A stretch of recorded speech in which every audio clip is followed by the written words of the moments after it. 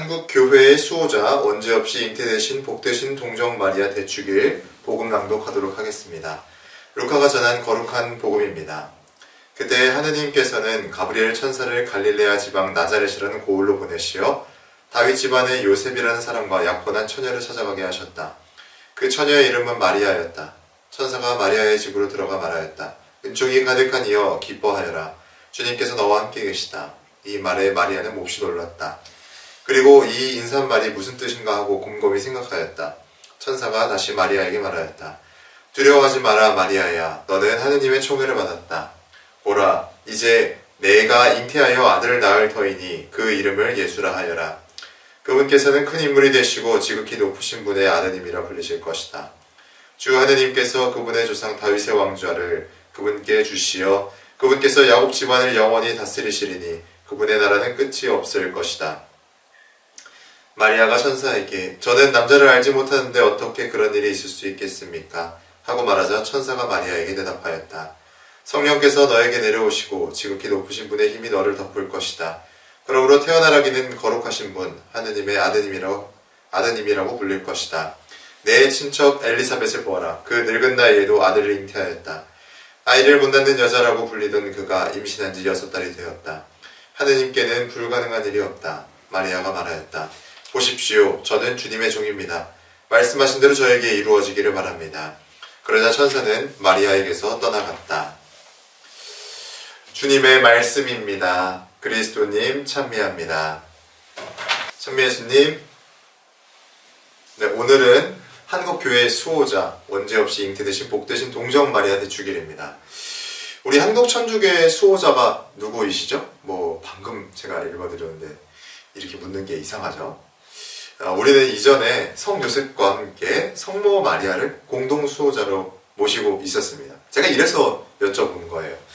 그런데 이제는 원죄 없이 잉태되신 복되신 동정 마리아만 우리 한국교회의 수호자이신 사실을 들어보셨나요?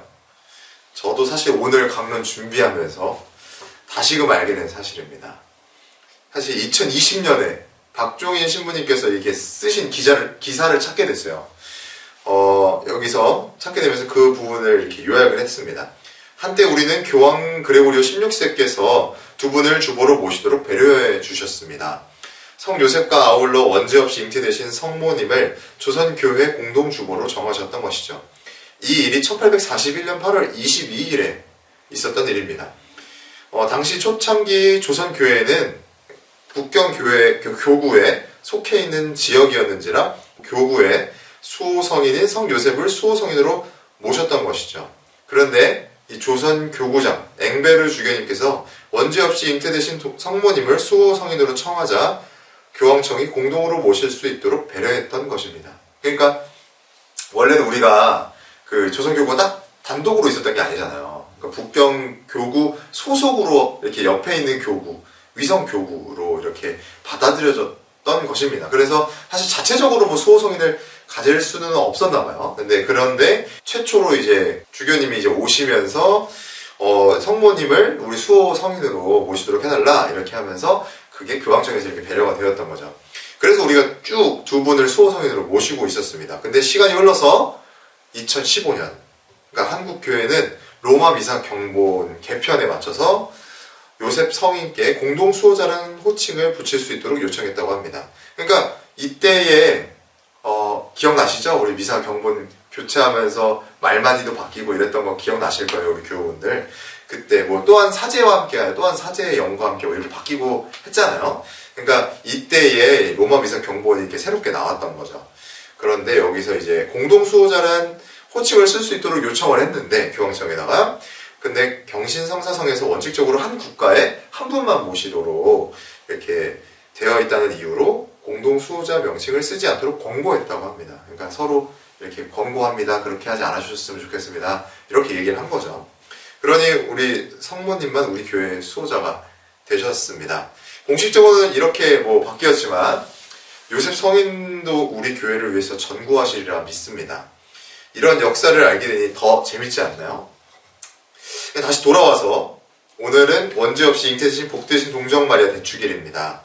오늘 1독서에서는 그러니까 우리 지금 제가 읽어드리진 않았지만 매일 미사를 찾아보시면 창세기의 이야기 중에서 최초의 인류에 대한 이야기, 아담과 하와의 이야기가 봉독되었습니다.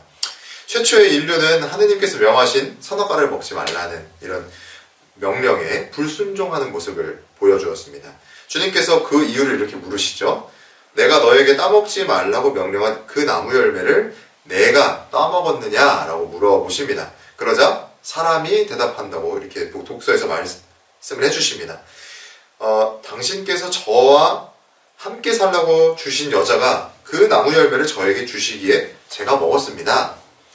여기서 우리 성경을 접하는 사람들은 야, 어떻게 뭐 남자가 잘못했네, 여자가 잘못했네, 막 이런 걸로 이야기를 하는데 이게 중요한 걸까요?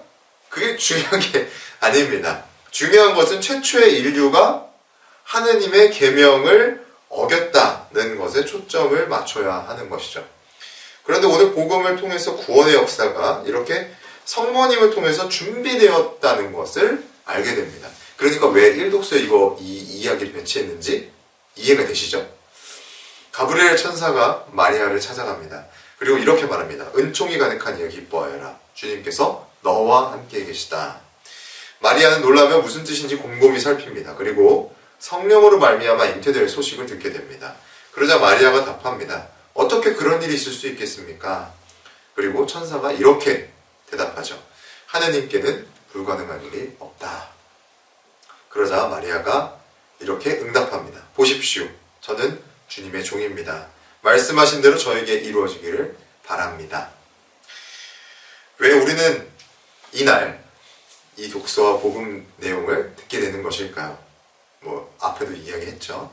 그 이유는 아마 최초의 인류들이 하느님께 불순종해서 우리 인간을 죽을 운명에 처하게 했지만 성모 마리아의 순종을 통해서 구원 역사가 준비되고 예수 그리스도를 통해서 우리가 구원받는 존재가 되었다라는 것을 말해주기 위해서 이렇게 독서와 복음이 배치되었을 것입니다. 여전히 구원의 역사는 쓰여지고 있습니다.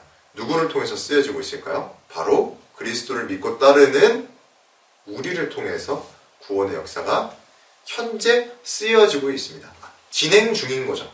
구원의 역사가. 바로 예수 그리스도와 함께 말이죠. 그렇다면 우리는 무엇을 실천해야 할까?